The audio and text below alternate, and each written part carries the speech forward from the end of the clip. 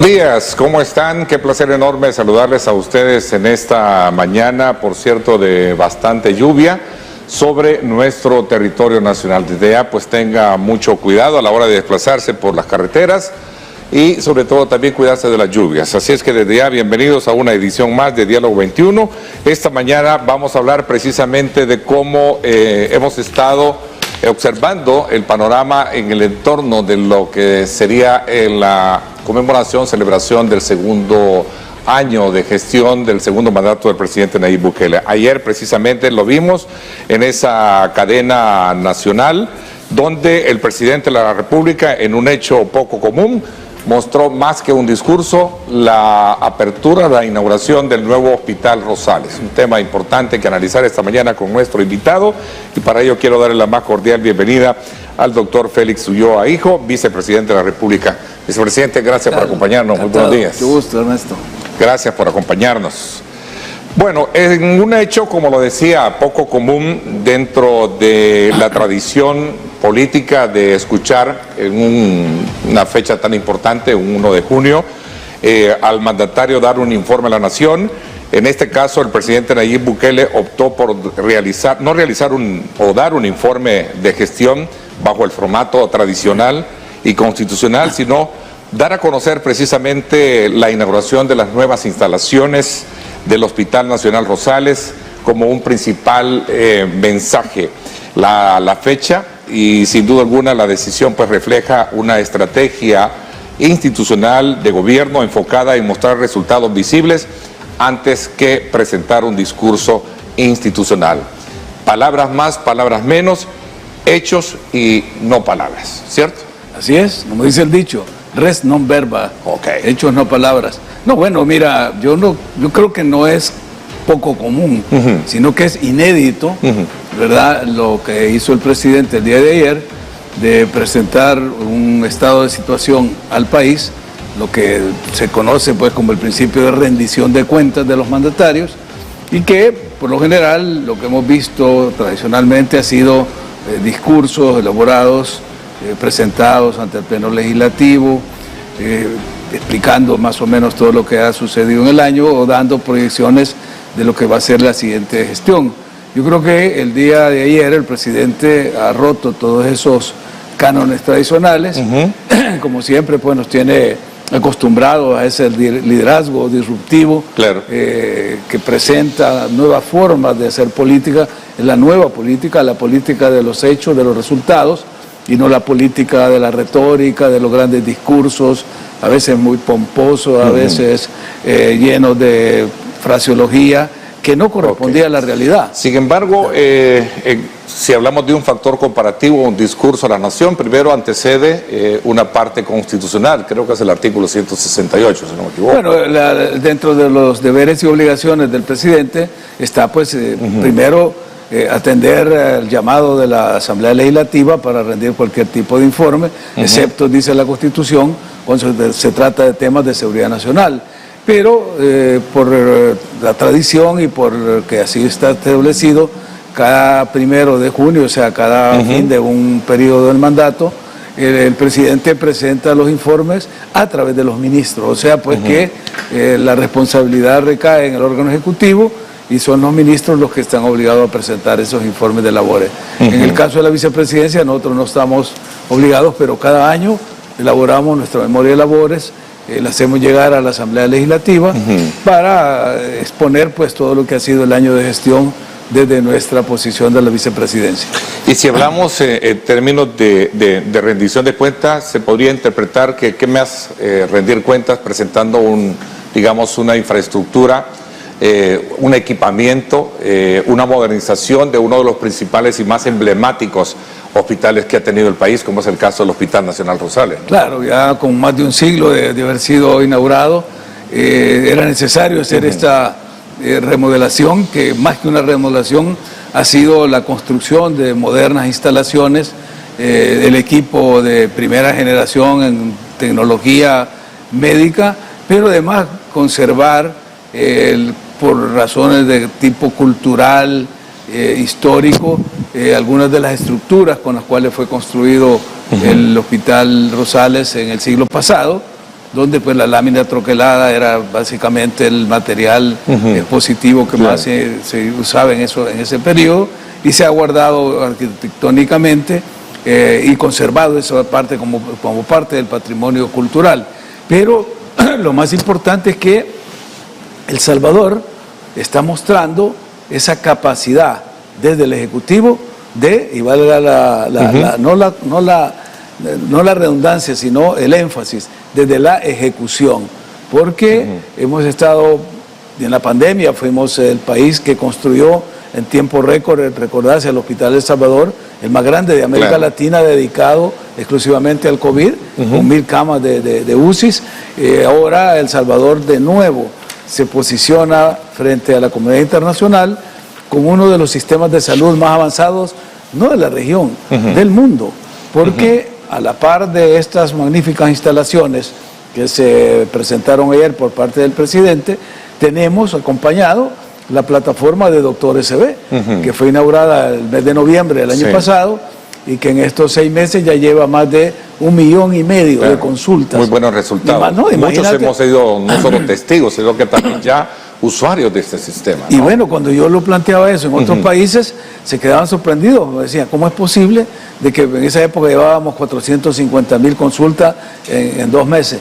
Es imposible. Tendrían que tener tantos hospitales, tantos médicos para atender ese volumen de consulta externa, que en todos los sistemas hospitalarios el cuello de botella siempre representa la consulta externa, porque es donde llega el paciente, pues, y donde el contacto con el profesional de la salud es donde se entrampan los procesos antes de entrar al área de la hospitalización. Entonces creo que hemos encontrado esa fórmula, que no es una fórmula mágica. Esto no es magia, esto es ciencia, es tecnología, es aplicar las nuevas tecnologías a los procesos administrativos, en este caso a la salud. Y ahora que lo hemos planteado, incluso la Organización Iberoamericana de la Seguridad Social, la OIS, la última vez que estuve con ellos en Madrid, estaban interesadísimos en incorporarlo dentro de las grandes tareas de la OIS para compartirla a nivel de Iberoamérica. Entonces ya El Salvador, teniendo esa plataforma, teniendo cubierta la red hospitalaria, que y vale recordar, porque a veces a la gente se le olvida cómo encontramos nosotros la red hospitalaria. Yo te digo porque fui testigo, en el caso de Metapán, por ejemplo, me tocó ir durante la pandemia a entregar mascarillas, colchones al hospital, y literalmente no tenían agua al hospital, y el pozo que había lo habían tapado. Había que llevar pipas de agua para el hospital. Esas son las condiciones que estaba la red hospitalaria. Seguramente vamos a entrar a conocer más de las actividades que se tiene como vicepresidencia en este segundo año de gestión del segundo mandato, y quiero un poco ir adentrándonos para concentrarnos en este hecho, como yo lo decía al principio, inédito en la historia del país, no a la rendición, digamos, al discurso que obligatoriamente le da, entiendo, el artículo 168, que representa pues un mandato constitucional y que regula la rendición de cuentas sobre la base de poder dar a conocer ese informe a sus ministros en una asamblea legislativa. ¿Representa entonces esta decisión una nueva forma de rendición de cuentas? Si lo podemos ver así, coronar así este hecho del día de ayer. Yo creo que sí, yo creo que este principio de rendición de cuentas durante este mandato del presidente Bukele, que ha inspirado a todas las unidades ejecutoras del órgano ejecutivo, vale la pena reconocer que obra tras obra, día tras día, se han ido presentando resultados. Ahora lo estamos viendo en el área de la salud, pero lo podemos ver en el área de las obras públicas, las grandes obras de arquitectura, de ingeniería que se han desarrollado, las autopistas, los puentes, es decir, todo lo que se ha hecho desde el Ministerio de Obras Públicas, y también en el área de la educación. Y este programa de 2 escuelas por día es una maravilla, es decir, muchos... Suma entonces a ese espíritu de decir, señores, aquí están hechos. Yo lo decía, vicepresidente, y lo resumía así: hechos y no palabras.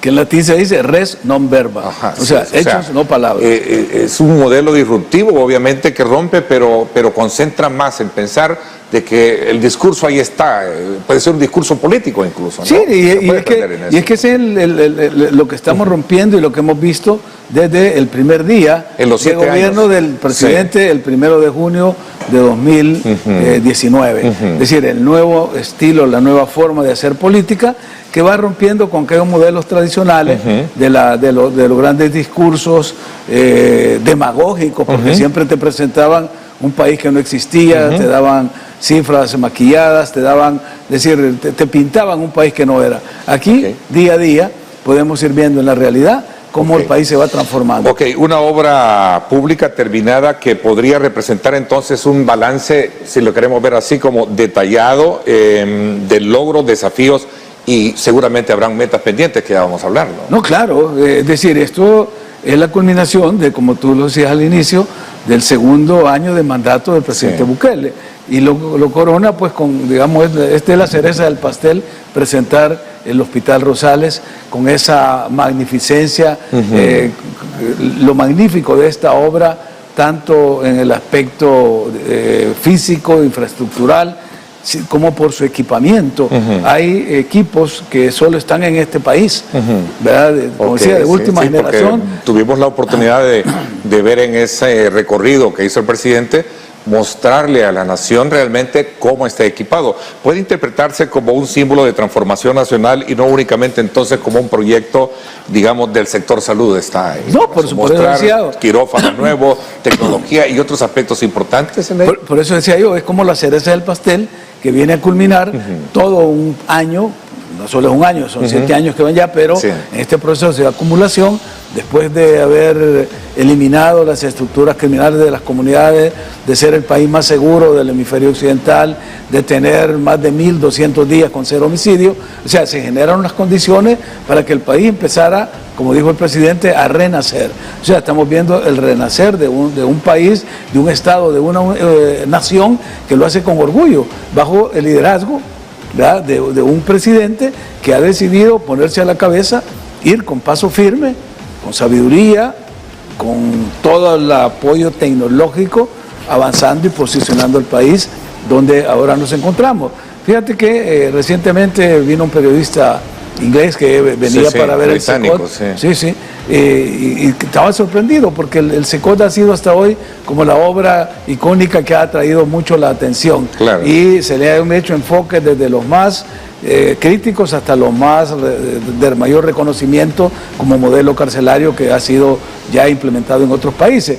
Pero ahora vamos a ver si estos mismos periodistas, si estos medios empiezan a poner el modelo de salud del Hospital Rosales de El Salvador, porque es único en la región, no solo por la magnificencia de su obra física, sino por la capacidad tecnológica y de equipamiento que tiene, y algo importante, porque eso también lo dijo el presidente anoche. De nada sirve que tengamos un hospital muy lindo, con las mejores instalaciones, los mejores equipos, si el personal que da el servicio no tiene empatía con el paciente. Y me llamó, de la empatía, hablaba muy bien, decía, podemos tener lo mejor, pero si no hay una conexión, ¿verdad?, entre sus empleados, entre los servidores públicos y en este caso los pacientes, creo que se queda corta esa proyección. Claro. Pero otro elemento importante de la cual voy a hacer una pausa y vamos a seguir hablando es precisamente de todo ese modelo de infraestructura y equipamiento que tiene. Estamos ante un cambio permanente en la comunicación política, es otra de las grandes preguntas que habría que hacerse del gobierno, donde las obras y resultados visuales, como lo vimos ayer en esa cadena nacional, reemplazan progresivamente los formatos tradicionales de la rendición de cuentas. Es un punto elemental para un análisis que podemos hacer cuando regresemos. Bueno, gracias nuevamente por estar con nosotros a esta hora de la mañana. Continuamos nuestra conversación, nuestro análisis de evaluación de este segundo año de gobierno, de este segundo mandato del presidente Nayib Bukele, con la presencia del señor vicepresidente de la República acá en nuestros estudios, el doctor Félix Ulloa, y con quien hemos hablado precisamente de esta cadena nacional, en la cual pues históricamente el presidente cambió ese modelo de discurso tradicional que se da precisamente para mostrar la apertura y la inauguración del nuevo Hospital Nacional Rosales, que muestra sin duda alguna no solo la nueva infraestructura, sino también el equipamiento de la cual hablábamos.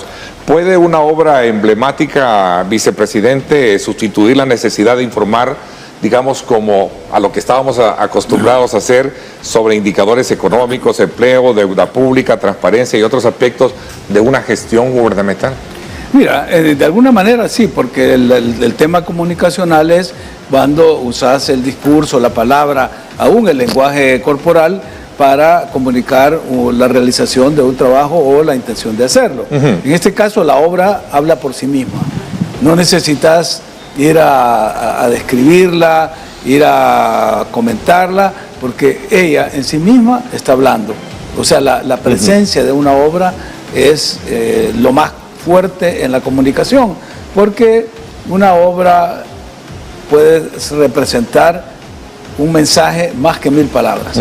Si simplemente tú lo ves y no necesitas que alguien venga y te esté describiendo y haciéndote toda una narrativa de la obra que tú estás viendo y que tú la estás presenciando. Y eso es el conocimiento sensitivo que tenemos los salvadoreños y que en este momento se ha agudizado, porque sensitivamente, por la vista, por el oído, por la vivencia, estamos comprobando las grandes transformaciones que está teniendo el país. Sí. Empezando por el tema de seguridad, donde ahora la gente sale a la calle, los niños juegan, se pueden ir de cualquier escuela. Solo ahí está un hecho visible, sin leer un verbo casi palpable, ¿no? Porque cualquiera se puede desplazar fácilmente. No tenés que andarlo explicando cuando la gente en su vida diaria lo ponía el ejemplo de este periodista británico que visitó el país, ¿no? Entonces, bueno, él mismo dice, ¿verdad? Yo venía con una idea y al ver la realidad cambié y es bueno, otra. Es otra. Entonces, eso no necesitamos los salvadoreños que venga un político a querernos a ocupar una tarima de decir esto hemos hecho y a lo mejor es eso, ¿no? Y afuera, porque hubo una narrativa inicialmente bastante negativa por la gente resentida que salió del país, algunos funcionarios que tienen cuentas pendientes con el país y han salido a hablar de que son partidos políticos. O algunos ¿Cómo medios. Entender ese discurso opositor, vicepresidente, que critica, cuestiona y que a lo mejor no ve esos indicadores plasmados ya no desde el discurso político per se, sino que también de encuestas? Esta mañana, por cierto, el periódico La Prensa Gráfica resalta nuevamente una investigación de campo. El presidente sigue con la popularidad, una buena aprobación, destacando, ahí está, gracias producción, destacando aspectos elementales con relación al papel de gestión del presidente Nayib Bukele. Sí, yo creo que la Prensa Gráfica está está siguiendo un rol de verificación y de control de lo que es la encuesta de Cisgalo. Porque para muchos detractores, ve a Cisgalo, que es una casa reconocida, con gran tradición y totalmente independiente, cuando da esos resultados, ellos les parecen que están inflados, que están manipulados. Entonces, cuando viene la Prensa Gráfica y los valida, ya se acaba el discurso. Pero estamos en la parte anterior, donde decíamos que toda esa narrativa que se dio afuera sobre la conculcación de libertades públicas, la violación de derechos humanos, de la libertad de prensa, decían, está en riesgo. Bueno, cosas que aquí nosotros podemos comprobar que no son ciertas, pero te decía, más que los salvadoreños afirmando esto, son más de 4 millones de turistas de todo el mundo que han venido el año pasado y que regresan a sus países diciendo exactamente ¿Me quiere decir entonces, ante la pregunta si estamos ante un cambio permanente en la comunicación política para medir indicadores? Ahí están los indicadores.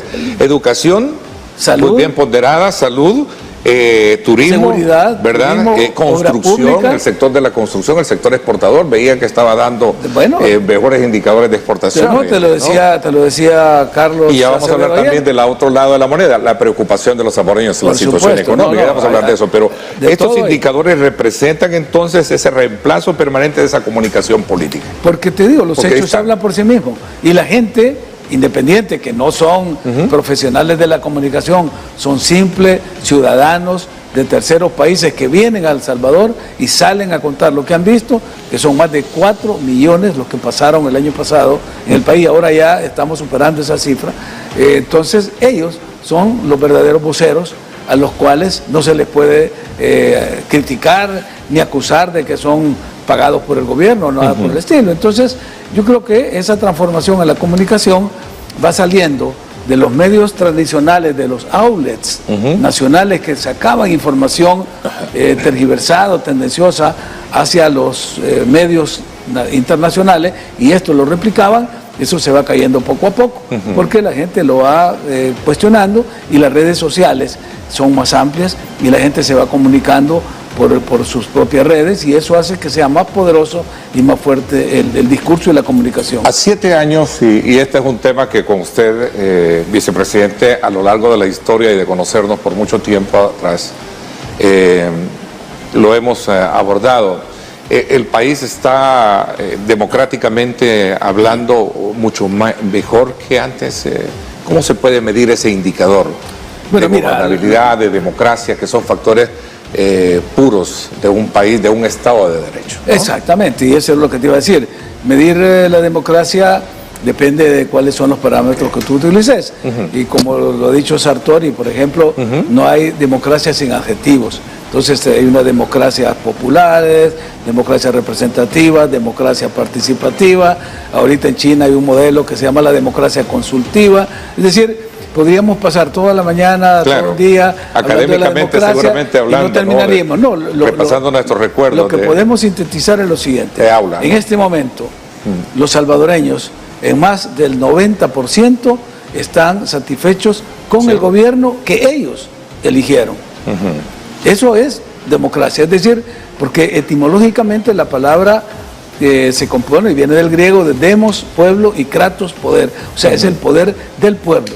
Y no solo se refleja en la elección de gobernantes, también en la elección de los representantes. ¿Y quiénes son los representantes del pueblo? Los diputados. Entonces, como el pueblo vio que de 2018, con la asamblea que se eligió en ese año, al 2021, porque nosotros con el presidente Bukele fuimos electos el 2019, ya había una elección legislativa previa, y el pueblo vio cómo esa asamblea legislativa bloqueaba todos los proyectos del presidente, del ejecutivo. Entonces, en la siguiente elección de 2021 le dio la mayoría. Y los partidos que se oponían fueron quedando en una irrelevancia. Cuando el pueblo ve que esa asamblea legislativa, que sus representantes están acompañando al presidente, y estamos viendo el resultado, en el 2024 lo ratifica. Y no solo elige al presidente con un mayor porcentaje, sino que también a los diputados. Eso quiere decir que la democracia está funcionando, porque es el pueblo el que está representando. Voy a montarme en su análisis en este momento crucial previo a una elección de asamblea legislativa, alcaldes, que nos vamos a someter, y a presidencia, sin duda alguna, que viene, para preguntarle cuál es su expectativa. El país necesita gobernabilidad. ¿Cuál es su expectativa con lo que puede venir hoy con todo este nuevo, andamiaje electoral, territorialmente hablando? Mira, yo diría una frase que el presidente Bukele acostumbra a decir: si las cosas están bien, ¿para qué cambiar? Mejor profundicemos y avancemos más. Si en este momento hemos visto que desde el órgano legislativo se le da ese acompañamiento, ese soporte a todas las acciones del órgano ejecutivo, y que el país va avanzando, vamos creciendo, nos vamos desarrollando, vamos teniendo presencia internacional cada vez más relevante, entonces ¿por qué vamos a cambiar? Sería la pregunta, ¿no? Pero el pueblo al final es el que tiene el poder. Por eso decía, en una democracia es el pueblo el que decide. Entonces yo creo, en mi expectativa, el rumbo del país va a seguir. Y que el país va a tener ese apoyo de gobernabilidad a partir de una asamblea legislativa que acompañe las iniciativas del presidente. Porque no hay peor forma de estancar un proceso democrático, un proceso de transformación política, un proceso de crecimiento económico, que tener órganos, como llamamos aquí, nosotros somos de la teoría de la escuela organicista en la Constitución, en otra parte llaman los poderes, ¿verdad?, enfrentados y peleándose unos con otros, que ya lo vivimos aquí en varias ocasiones. Es decir, cuando fuimos calificados con la Triple C en la época de los gobiernos de Arena y el FMLN, por ese combate y esa contradicción que había permanentemente, nos demostró que el país no podía avanzar porque había un estancamiento, y era un juego perverso que se llama suma cero. El juego suma cero no te deja margen ni para los diálogos, ni los consensos, y mucho menos para tomar acciones y poder avanzar. Entonces eso se ha ido eliminando. ¿Y quién lo ha eliminado? No es el presidente Bukele, no es el gobierno, es el pueblo. El pueblo es el que ha ido tomando esas decisiones, y se va a tener, como se hace en toda democracia, en elecciones libres, transparentes, seguras y periódicas, el próximo año, en 2027, la oportunidad de expresarse. Si el pueblo no estuviera satisfecho con el rumbo que lleva el gobierno, tiene la opción. 2027 será crucial para ello, para definir realmente y resaltar entonces a su juicio los logros de los cuales hemos hablado, pero también para poder replantear algunas políticas públicas que llenen ese vacío de expectativa, de desafíos y metas pendientes a la fecha. Sí, yo creo que sí, y esa es la idea, ¿no? O sea, vamos cumpliendo por etapas. Imagínate que en el Plan Control Territorial, que se inició en 2019, que es un plan de 7 etapas, estamos en la 6ª, que es la etapa de la integración, la que se le ha encomendado a Alejandro Guzmán en la Dirección de Integración, que es la reconstrucción de todo el tejido social que había sido afectado durante la dictadura de las pandillas, durante el crimen organizado, la destrucción de la familia, es decir, todo ese momento oscuro que vivimos. Socialmente destruido. Entonces, ¿no? ahora se está reconstruyendo, la dirección de Alejandro está convocando grandes sectores, sobre todo estudiantes, jóvenes, le estamos abriendo oportunidades con miles y miles de becas para que puedan continuar sus estudios.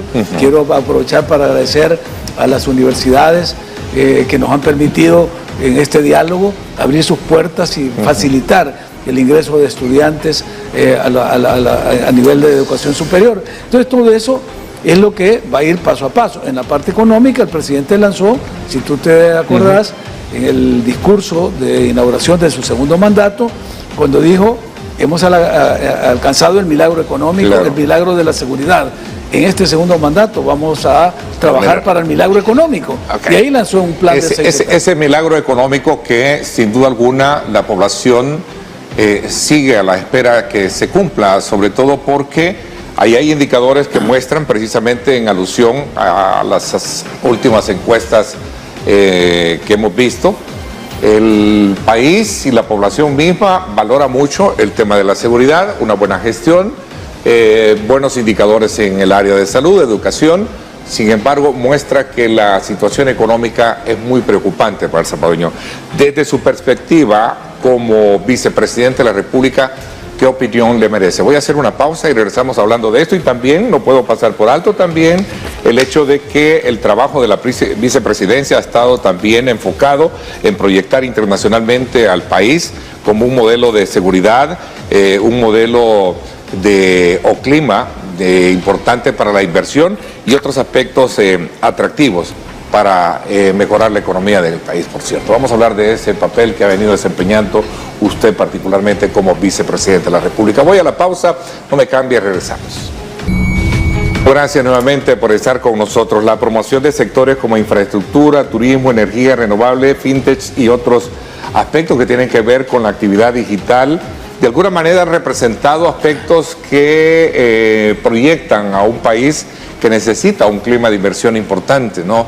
Sin embargo, cuando hablamos de la realidad, es cierto, hay logros importantes, seguridad y todo esto que hemos estado hablando, pero también la población reciente, la situación económica. Ayer, en una conversación que tenía con un economista, hablábamos y decía, Roma no se construyó en un día.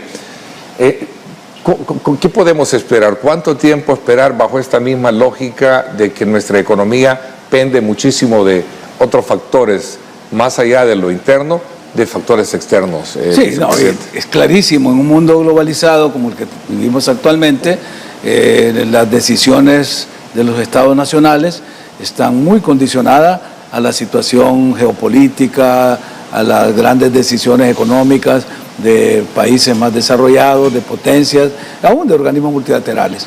Pero en el caso nuestro, El Salvador, hemos tratado de ir paliando la crisis que tiene el mundo desde lo del COVID-19, luego la guerra en Ucrania, que afectó mucho el tema de fertilizantes, el tema de granos básicos, la logística que se afectó del transporte internacional por lo del COVID, y luego ahora con la crisis del Medio Oriente, el encarecimiento de la gasolina, el petróleo, que son instrumentos para el desarrollo de cualquier sociedad. Entonces, frente a todo eso, ¿cómo enfrentarlo y cómo tratar de paliar el impacto en nuestra población. Y ahí es donde el presidente, en la primera etapa del plan de desarrollo económico, que son 6 etapas, en la primera lo que planteó era la seguridad alimentaria del país. O sea, la gente necesita tener una canasta básica accesible, alimentos. ¿Y qué tanto, vicepresidente, qué tanto le estamos rezando al santo para que ese milagro se cumpla en la economía?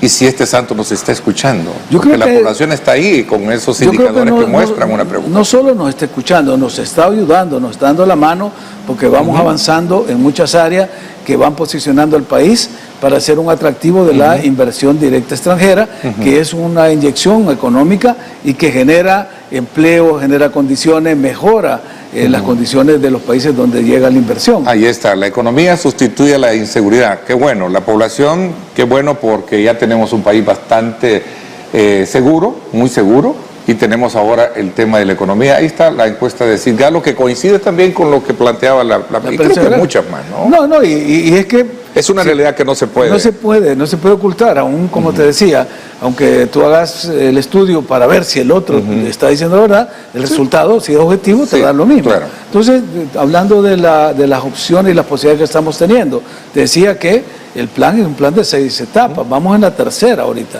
La primera fue asegurarle a la población, ¿verdad?, su alimentación accesible. Por eso no solo se quedaron los mercados, tú has visto estos agromercados que empezaron con un proyectito del MAG en una zona. Muy efectivo, por cierto, no solo lo digo yo, lo dice... No, están en todo el país, mundo, ¿no? Se están creando, bueno, ya existe aquí la central de abasto, ya se está haciendo otra en Usulután también, para la zona oriental. Entonces, la gente va a tener posibilidad de tener acceso a la alimentación de manera segura y accesible. Pero hay otras medidas que se tomaron de carácter económico, se liberaron algunos aranceles, no se incrementaron impuestos en el caso de la gasolina, que en esos periodos hubo un muerto en Panamá por la protesta por el incremento de la gasolina, aquí lo absorbió el Estado, es decir, toda esa primera fase que estamos trabajando siempre en ella, nos permitió pasar a la segunda, que es la parte de la innovación, y hoy estamos ya en la tercera, ¿verdad?, donde la parte logística nos está llevando a tener no solo la inversión de Gilpor, la empresa turca, que está ampliando nuestros puertos marítimos, Cahuta, la Unión. El turismo, ¿cómo está dinamizando la economía localista? El nuevo aeropuerto sectorial. Ya va casi un 40%, yo creo que dentro de un poco lo vamos a estar inaugurando. Los aeródromos, se acabó de inaugurar uno en Aguachapán. En Occidente, sí. Entonces, el país va, y la parte de las fintech que tú decías, el país está posicionado como el primer país en el mundo en haber adoptado una criptomoneda como moneda de curso legal. Es decir, eso nos puso en el ojo del mundo.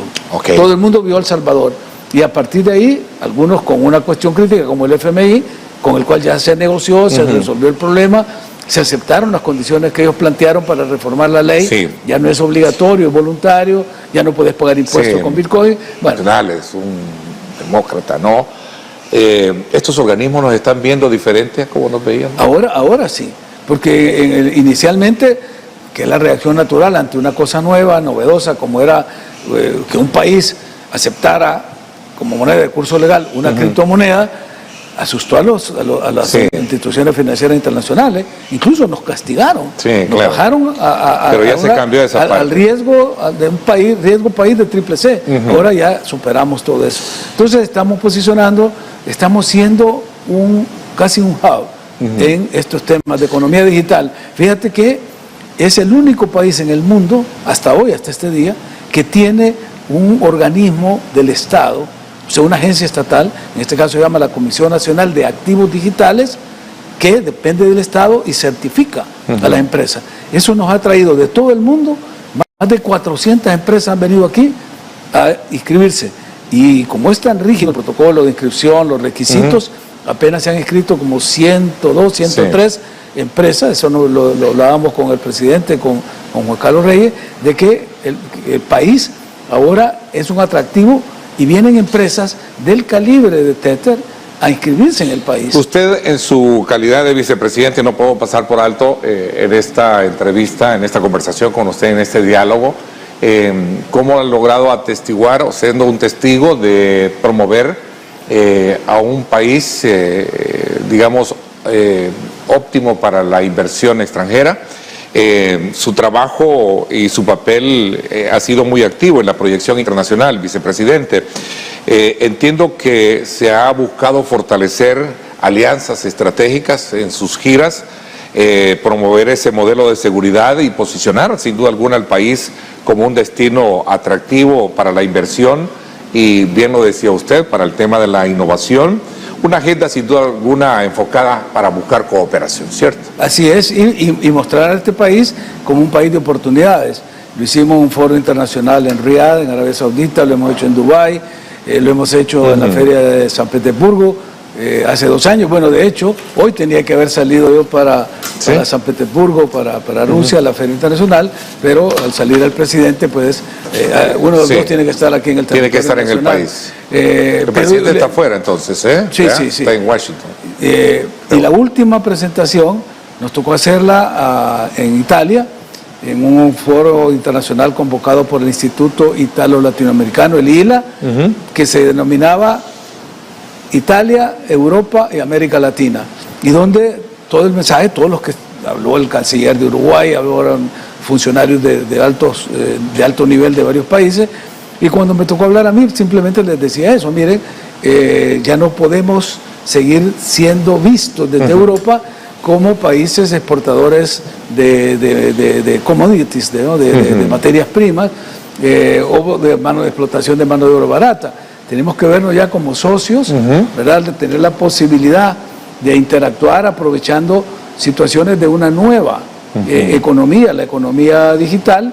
Y les ponía el ejemplo del caso de Tether, porque el cofundador de Tether, Giancarlo De Vicini, es en este momento el hombre más rico de Italia, les digo. Claro, algunos italianos se sorprendieron, porque ahí está la familia Ferraro, otras familias tradicionales pero cuando le dije la fortuna de Giancarlo es de 83.000 millones de dólares, y ese señor se fue a El Salvador a instalar su empresa y se hizo salvadoreño, o sea, ya tomó la nacionalidad salvadoreña. Entonces, así tiene que verlo, como un país de oportunidades, y no por el tamaño, porque no podemos competir con países en territorio mucho más grandes, pero lo decía el presidente, y esta es otra frase que hay que tomarla en cuenta, porque esa es la visión del líder. Decía el presidente: Singapur cabe 26 veces en El Salvador. O sea, somos 26 veces más grandes que Singapur. Y uno de los países con el Producto Interno Bruto y con el GDP más alto es Singapur. Territorialmente más grande que cualquier otro. Singapur es del tamaño, no sé, el departamento de San Miguel quizá, o menos. Claro. O Qatar, decía. Qatar es 2 veces más pequeño que El Salvador. Alguien puede decir, sí, no, pero Qatar tiene petróleo. Sí, no, pero nosotros tenemos aquí geotermia, o Mónaco. Entonces, el tema no es de la extensión, porque hay países en África. Yo he estado en un país como Congo-Kinshasa, que es casi el tamaño de Europa, y las condiciones son precarísimas, porque el tema es liderazgo, el tema es conducción, el tema es tener esa empatía de saber qué es lo que el pueblo quiere, cumplirle al pueblo. Y lo que dice siempre el presidente: nunca olvidemos, me dijo, pues yo le pregunté... ¿Esa es una encomienda con el presidente? ¿Conversa mucho con el presidente? Es que le pregunté eso, le dije, nos íbamos a retirar cuando íbamos a tomar el permiso de la asamblea de los 6 meses, hace 2 años, y la encuesta que nos daba, le daba a él 91% de aprobación, y le decía, ¿cómo es posible que esté llegando a un segundo mandato con 91% de aprobación, cuando todos los presidentes tienen un desgaste natural? Claro. Y me decía, hay una sola razón: nunca hay que olvidar para quién gobernamos. Y si estamos gobernando para los salvadoreños y los salvadoreños están satisfechos, van a seguir apoyando y respaldando este proyecto. Ok, interesante. Hablando, usted es un hombre que cree mucho en la integración, ¿no? Sí, claro. Ok, veamos un poco cómo está Centroamérica. ¿Cómo está el país frente a sus amigos? Voy a hacer una pausa y hablamos con esto, porque recientemente, vicepresidente, vi que se reunió con una delegación de alto nivel de Costa Rica, por ejemplo, ¿no? Hablemos un poquito de este tema y otros aspectos elementales del país cuando regresemos. Quédese con nosotros. Bueno, gracias nuevamente por estar con nosotros. Vamos a correr en el tiempo porque se nos ha ido tan rápido, pero es importante que hablemos sobre ese modelo integracionista que, como Morazán lo tuvo hace mucho tiempo, siento que la parte elemental por la cual se nutre el comercio y otros aspectos son elementales cuando hablamos de integración, ¿cierto? Claro, fíjate que son de los temas que cuando me toca hablar en foros internacionales yo trato de hacer ese énfasis, de que si contamos los 8 países que formamos el SICA, el Sistema de Integración Centroamericana, pues somos prácticamente irrelevantes, ¿no? Nosotros cabemos casi en un barrio de la Ciudad de México, tenemos una población menor que la de una ciudad mediana de China. Entonces, no podemos sacar pecho como países uno por uno si vamos a tener esa visión global. Entonces, cuando le decimos que el SICA, el sistema SICA de los 8 estados, es la 4ª economía de América Latina, que solo nos supera Argentina, México y Brasil, ya es otra cuestión. Estás hablando de un mercado de 60 millones de habitantes y no de 6 millones acá en El Salvador. Estás hablando de una extensión de 550.000 kilómetros cuadrados, ya más grande que España. Entonces, esa visión regional nos permite, como salvadoreños, empezar a plantear que una de las puertas de entrada a esos mercados es El Salvador, porque aquí tenemos la suerte de tener la Secretaría General del SICA. Y me decías, ¿en qué estado se encuentra? Sí, ¿estamos cerca o lejos? ¿Cómo está la relación con AFURA, por ejemplo, en Honduras y los presidentes? Es que esas son, como digamos, las luces y sombras de la integración. Yo diría, en este momento, hoy, este día, el sistema está in articulo mortis. Es decir, está en una crisis tan grave que no tenemos secretario general. Claro, ante las crisis, cuando tú eres proactivo, sabes que de la crisis sale algo mejor, superior, y es lo que hemos aprovechado como país. Nosotros hemos elaborado en la vicepresidencia un documento que presentamos en Santiago de los Caballeros, en una cumbre presidencial de mandatarios, jefes de Estado del SICA, donde hacíamos una reestructuración total del protocolo de Tegucigalpa, que es el que dio origen al SICA en 1991. Y ahora hemos tenido conversaciones porque va a haber un cambio de secretario general. Le toca a Costa Rica, por eso tenemos esa interacción con Costa Rica, porque ellos tienen que proponer al nuevo secretario general, y como sabemos que hay otros países en los cuales pueden haber desavenencias, hemos buscado un mecanismo de toma de decisiones que nos va a permitir no volver a caer en un estado de acefalía como pasamos estos últimos 4 años. Pero en síntesis, el tema de la integración es no solo el sueño Morazán, es el sueño de todos nosotros, los que nos sentimos ciudadanos centroamericanos, y en particular del presidente Bukele, que ya lo dijo en múltiples ocasiones, ¿verdad? Centroamérica se va a unir, y si no lo hacemos nosotros en esta generación, otros en otra generación. Una diplomacia económica integracionista sería mucho mejor para poder darle salvedad a los problemas que todavía tienen el resto. Guatemala tiene un problema de inseguridad fuerte, Honduras creo que está actuando, ocupando un poco no digo el modelo nuestro, pero sí actuando con firmeza para atender el flagelo de la delincuencia, por ejemplo. Por eso yo decía, ¿cómo está esa relación con países cercanos? ¿Cómo está AFURA, por ejemplo? Mira, con todos tenemos buenas relaciones a nivel bilateral. El tema es que como estas decisiones son colegiadas y hay organismos especializados y hay secretarías, hay 10 secretarías en el SICA. Una de ellas, por ejemplo, nos demostró la bondad. Estas están trabajando, todo el sistema administrativo funciona porque tuvimos la suerte en un momento que negociamos con Nicaragua, cuando le tocaba a Nicaragua nombrar al secretario general, que se nombrara la dirección ejecutiva. Y nombramos una persona salvadoreña, que es la que está manteniendo todo el sistema mientras se nombra al secretario general. Entonces, ahora yo creo que en las 10 secretarías que constituyen el SICA más los organismos especializados, el trabajo no se ha detenido, pero no es ese el ritmo que nosotros le queremos imponer a la integración. Porque ahí lo que se hace son tomas de decisiones, la mayoría de veces son de carácter administrativo, amparadas por criterios de carácter técnico, pero no es el diálogo político de alto nivel que debe de seguir para ir avanzando. Fíjate que nosotros en 1997, apenas 6 años después del protocolo de Tegucigalpa, en una cumbre en Managua, dijimos que se iba a formar la Unión Centroamericana. O sea, no la Unión. Los europeos todavía estaban con su tratado de Maastricht de 1992 y ellos avanzaron y crearon la Unión Europea y nosotros nos quedamos por esos liderazgos y esas, digamos, visiones limitadas de algunos estados. Todavía ni siquiera hemos logrado alcanzar muchos de los objetivos de la integración, menos de la unión. Pero en esta visión que estamos proponiendo como país, y que es un documento que ha circulado en los 8 estados, ya estamos dando la posibilidad de ese salto. Un avance cualitativo en la integración. En busca de debemos vernos integrados, debemos unirnos si queremos enfrentar al mundo. El mundo está cambiando, ¿no? Así es, y bueno, somos el 2% de la superficie mundial. Es decir, una cosa muy pequeña, pero que si estamos juntos podemos ser más relevantes como sujetos. Más invisibles en esa materia. Lastimosamente el tiempo se nos está yendo.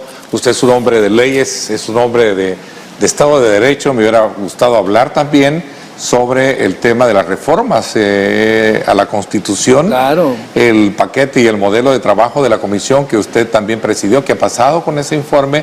Seguramente nos quede más tiempo por delante. Con gusto, para hablar sobre eso. Cuando tú quieras me invitas y aquí vamos a tomar. Y de otro actor importante que creo que se nos queda de lado, que es el tema de esta circunscripción, de este modelo nuevo de modificación política en la Asamblea. Y la circunscripción del exterior que estaría entrando. Esa fue una reforma, está planteada en el documento que elaboramos, que por cierto el actual secretario jurídico, el licenciado Adolfo Muñoz, trabajó mucho ese tema, y bueno, ya lo estamos viendo. Hay cosas que se han cumplido con estos 2 o 3 o 4, no sé cuántas varias de las reformas que se han hecho están ahí. Y el periodo de 6 años de la presidencia está ahí. Sigue para siendo... hacer los ciclos electorales con múltiplos de 3. Lo que eso ya fue objeto de un reconocimiento internacional de que El Salvador ha asegurado a través del órgano legislativo un ordenamiento institucional en los ciclos políticos, porque los diputados van a ser electos por 3 años, el presidente por 6 años y los magistrados de la Corte por 9 años. O sea, todo va 3, y eso le va a dar orden a toda la institucionalidad del Estado. Sin embargo, hubiese sido, y le pregunto, hubiese sido mejor hablar de un nuevo proyecto constitucional como lo presentó a la comisión que usted presidió. Pero mira, las cosas suceden como deben de suceder. Nosotros hubiéramos querido... En política hay tiempos, ¿no? En política hay tiempos. Eso es parte de lo que se nos enseña en el aula, ¿no? Así es, claro. ¿Verdad? Y no es el momento seguramente, sino irlo paulatinamente a su criterio. Va a ir esto gradualmente. Se van a ir haciendo grandes transformaciones. ¿Cuál es su esperanza o su expectativa de lo que viene ahora? Bueno, que el país siga avanzando. Para ir cerrando este ciclo de conversación. Hay que ir avanzando, vamos por el buen camino, vamos a buen paso, o sea, vamos a paso firme, pero no lento. Es decir, se van tomando los tiempos, como te decía Carlos Acevedo ayer, Roma no se construye en un día, El Salvador no lo vamos a transformar overnight, pero sí estamos con un programa de trabajo, con una decisión y con una visión de un presidente que no nos permite salir del rumbo. Bueno, el tiempo se me fue. Quiero agradecerle precisamente su participación y darnos la oportunidad a Grupo Megavisión, a este servidor, de venir a hablarle al país y comentar estos temas. Aprovecho para felicitarlo también por su celebración con su señora esposa, ¿no? Gracias. Lo veía por ahí también de aniversario. Gracias, vicepresidente. Gran gusto. Le agradezco muchísimo. Encantado. Quedo a la espera de que poder coordinar más adelante y hablar de estos temas, ¿no? Por supuesto. Estado de Derecho, reformas constitucionales y otros. Por mi parte, desde luego, agradeciendo como siempre el apoyo, el respaldo de todo este equipo de producción para llevar a cabo todas nuestras transmisiones.